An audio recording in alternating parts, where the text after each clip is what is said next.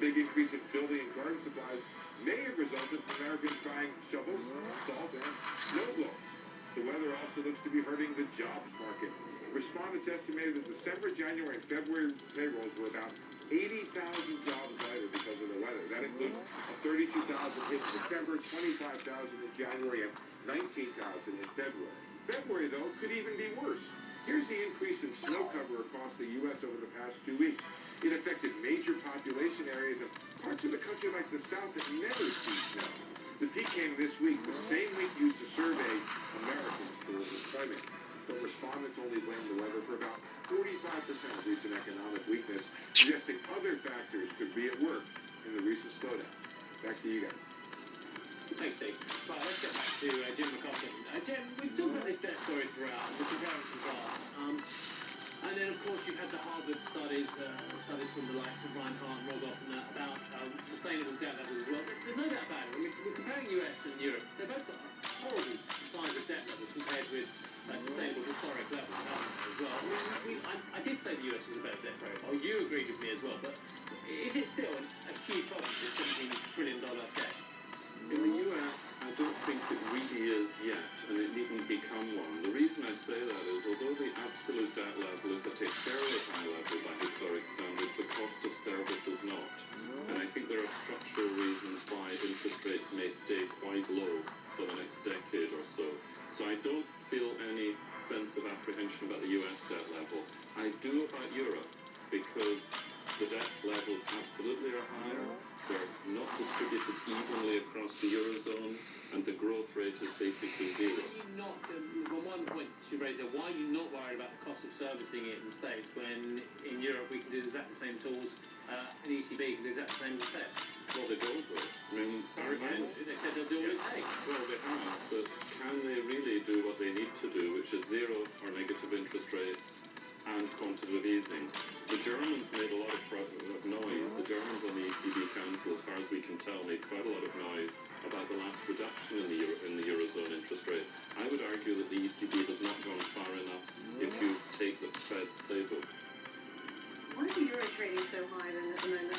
If you really think that debt is going to come to the fore and this should be, never stop. I think there's some rebalancing of reserves going on. I suspect the key to the euro is the behaviour of the Asian reserve holders still, as Japan and China. So they're diversifying out I think they are. That's the main reason why the euro is higher than others might expect on the fundamentals. My question is really, does the Fed blink then when it comes to emerging? Because it's been noticeable by its absence, the amount of time that has been spent talking about the emerging markets by the chair. But will Janet Yellen suspend the tapering process if we get, as you seem to be suggesting, further problems in the emerging space? I think the quick answer is no. I don't think that the Federal Reserve runs US monetary policy for the benefit of the emerging markets. And I don't believe that unless the problems in emerging markets start to hurt the US, and in particular the US labour market, it's only at that point that the Fed will blink for that reason. Are you flying back this weekend? I'm actually going to the Middle East next week. Have a good trip. Can we go this weekend? Oh, staying in London. You've got your big day today, the us and then being died. Jeff? Yeah, I'm going to do next week, aren't my you? best to try and help pay down some of the debt in Europe with a ski trip to France. Jim, thanks for being with us. Jim McCollum, CEO of Principal Global Investors. Bye-bye, everybody. The true partner is the one you feel most comfortable with. Invest in remarkable Indonesia.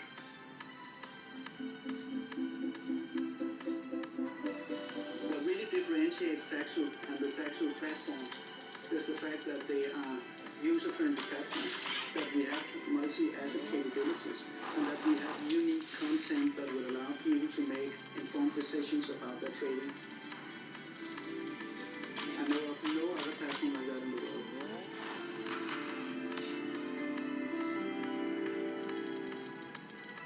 I'm probably the first person to walk on the floor every day and it's empty, and I have this moment. One of the greatest experiences for me when I first came here was walking down the West Side Highway and seeing the Statue of Liberty, and that's when I fell in love with New York. Where I come from in the UK, the confrontational style is the way in which we have broadcast. Sometimes you just can't let people get away with things that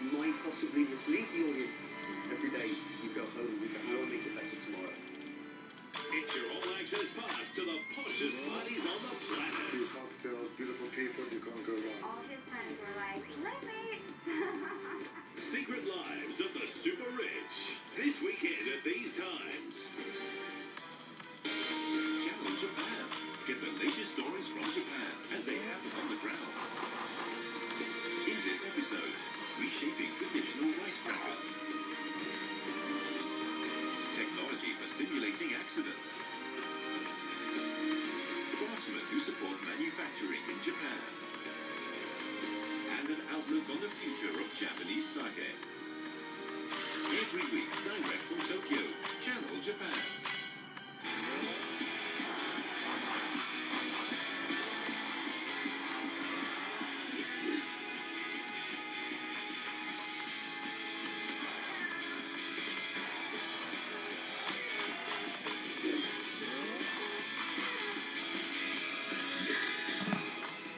I need to be strong for everyone, even when a bad headache strikes. Panadol Extra is specially formulated to relieve tough pain. Its medicine is up to 37% stronger than standard Panadol to relieve even bad headaches and leaves the body naturally. Panadol Extra. The men in this family have always had the ability to travel in time. It is always going to be about love. It's love of my entire life. It's so good to see you. We've never met before. My son. Available on demand. About time. Push the VOD button now.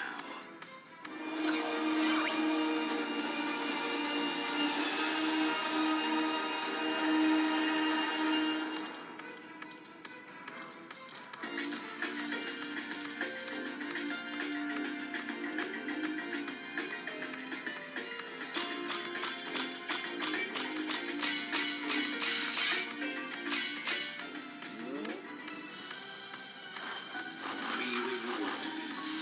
London to Singapore via Doha. Qatar Airways, world's 5-star airline. Hello, you're watching World One Exchange. I'm Ross Westgate. The headlines today from around the globe. Italy set to have a new prime minister by the end of the day, marking the country's third government change in a year. Italian growth figures, meanwhile, for the fourth quarter just hitting the wires now. Growth in both France and Germany coming in stronger than expected. That's given the euro a boost. Encouraging inflation signals out of Asia as well. Producer prices in China fall. And WPI in India eases more than expected as well. It's at an 8-month low. Plus another big M&A deal in Japan. This time the e-commerce company Rakuten snapping up mobile messaging startup Fiverr for nearly $1 billion.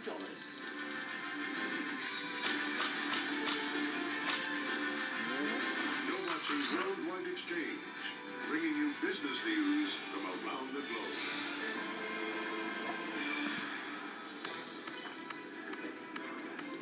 Hello and welcome to the show. We have Italian GDP up 0.1% quarter on quarter, up 0.1% quarter on quarter. The contraction has finished. We contracted in the third quarter, but the contraction has finished for Italy. So that's fairly good, down 0.8% year on year. Take a look where we are with 10-year yields, 3.72%, just above the 3.66% that we had a couple of days ago, which was the lowest since April 2006. But we had bond auctions yesterday where we saw yields continue to fall. The 3-year yield at auction 1.4%, 7-year 3.02%, and the 30-year yesterday 4.59%. So well before pre-crisis levels for Italian debt. As I say, a growth number. Italy back in growth this morning, and that's after we saw better numbers as well out of Germany and France this morning, which was also fairly good. 0.3% for the French economy. There had been some fears, of course, that France maybe might have entered contraction territory, or recession territory, I should say. Bearing in mind that in November, the PMIs for France were very weak indeed, but better than the expected 0.1% for France and Germany also as well. So that's the latest on Italy. So it's looking better for the Eurozone. And let's get out to Rome. Julia is there because not only do we have better growth figures, but we've also got a political shake-up underway. Jules, good to see you. Mr. Renzi, he has decided he wants the poison chalice. My My word, what a risk.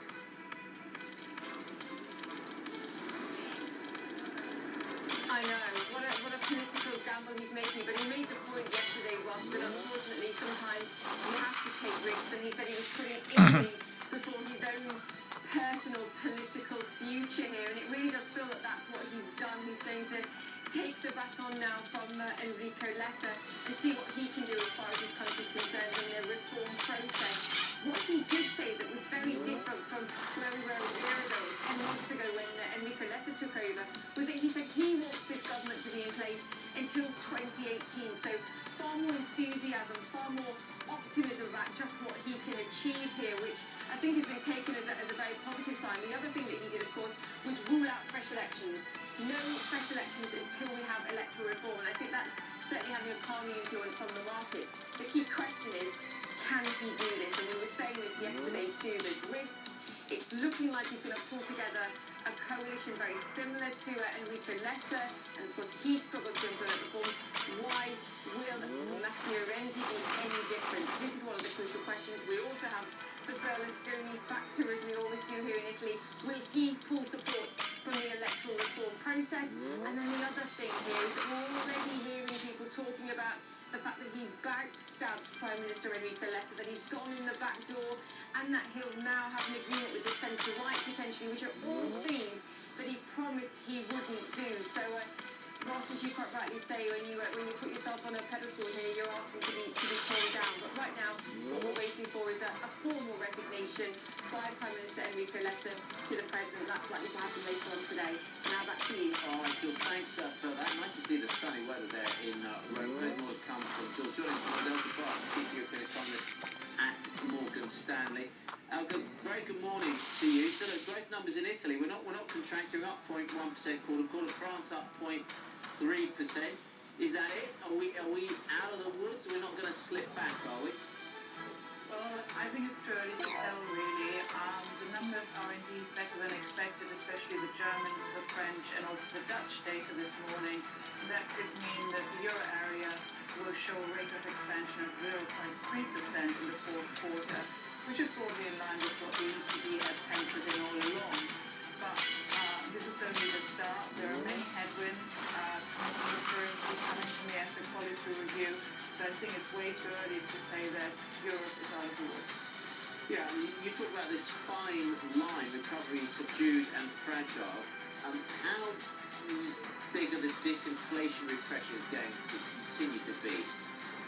I think they are quite sizable, especially in the periphery, but the key problem, of course, from a monetary policy point of view is that the overall inflation rate in the euro area is too low. And that essentially means inflation in the core countries, Germany and France, is considerably too low. And given what's happening with emerging markets at the moment and the repercussions of that turmoil and on commodity prices, the ECB might in fact have to revise down their inflation outlook at the March meeting. Do you think they're going to take further action? We heard Mr. Correa suggesting that negative overnight rates are one thing. What more might they do? Yeah, we expect more action from them. We're expecting a referee rate cut at the March meeting, and we would also assign a decent outside chance to depo rate cut, which is what Benoit Poirier has alluded to recently. Beyond that, I think we need to watch the progress on purchasing bank loans, securitizations, that was mentioned by Mario Draghi several times now. And then I think there's also potentially some more work to be done to boost liquidity in the banking system, for instance, by ending the sterilization of the S&P program. Yeah, okay, so there's a few things they could do, they've got up their sleeve. What do you think